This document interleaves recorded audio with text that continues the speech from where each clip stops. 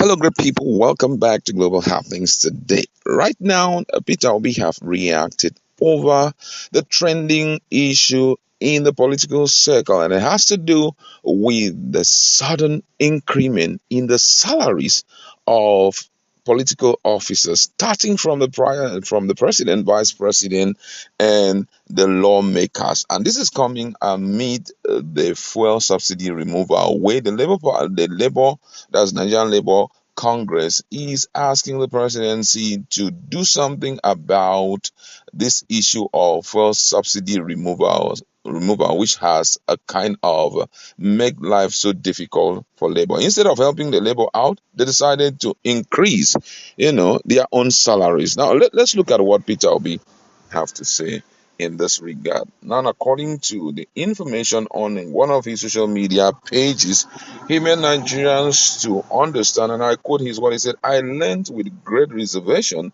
the approval of a 114% increase in the salaries of elected politicians, including the president, vice president, and governors, lawmakers, as well as judicial and public office holders by the Revenue Mobilization Allocation and Fiscal Commission RMAFC. This is not the appropriate time for such salary increment if it is at all necessary. We are living in a time when an average Nigerian is struggling with many harsh economic realities. And with over 130 million Nigerians now living in poverty, this is a moment when recent reform measures by the government have increased living costs astronomically.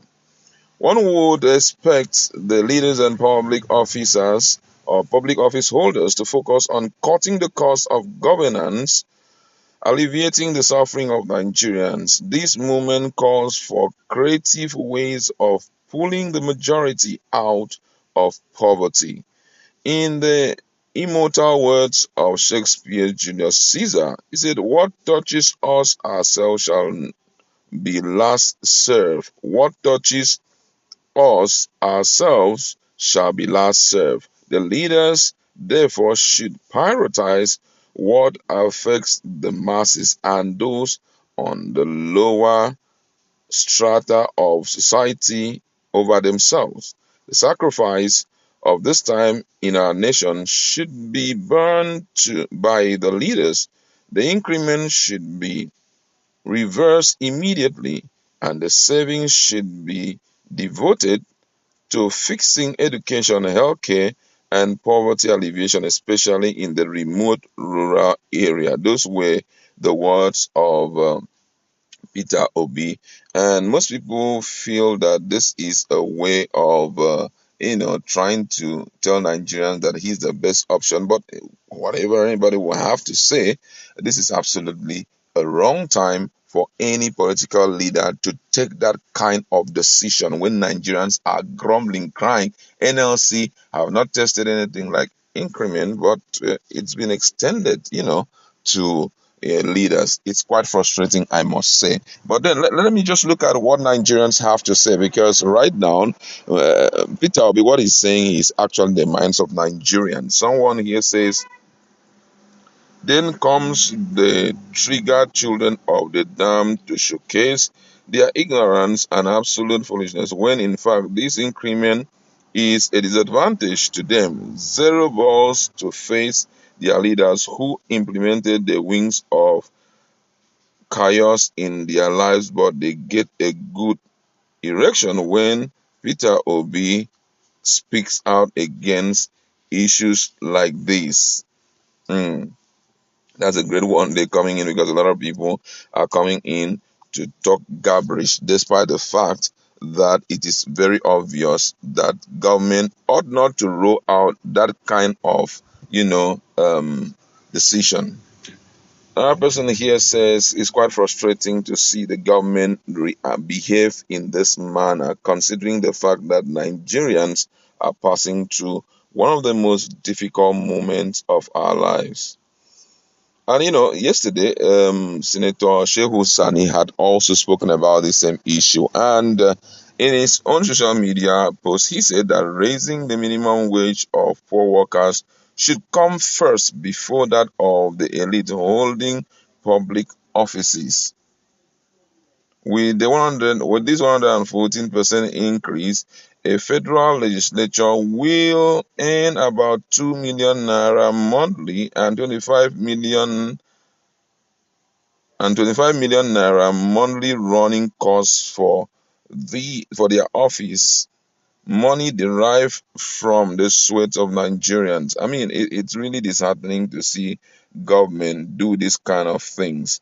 Instead of you to help cut down, you are instead frustrating Nigerians. And for me, I think these guys, it's just a one way of sharing the monies that are meant for subsidy. And that was why I was very interested in what that money meant for subsidy will be used for. Removing subsidy is not the problem, but how would you use that money allocated for subsidy to change the narrative of economic degradation? How would you do it? That was the most important thing.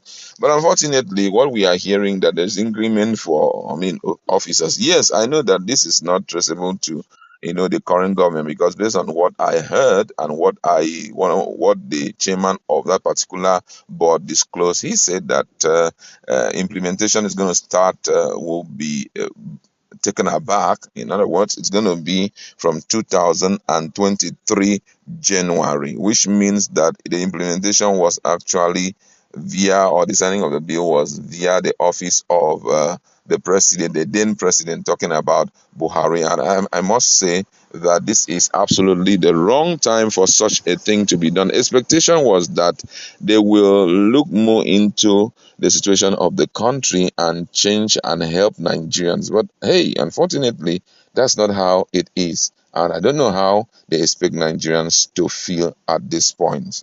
And one of the interesting reaction I saw there was someone who, talked about it in respect to the current ongoing presidential election petition tribunal. And the person said that if Tinubu will approve of this with the ongoing PEPC and his effort to prove naysayers wrong, that he has no interest of the masses at heart, you can only imagine what he could do if he wins a petition at Supreme Court. That's a big question to look into. I'm telling you, if at a time where at least there are things to show that that position is shaky, being that the court has not concluded its sitting, and these kind of things have been rolled out, then Nigerians need to get ready, because I don't know, the situation is going to be very, very wonderful. Someone says salary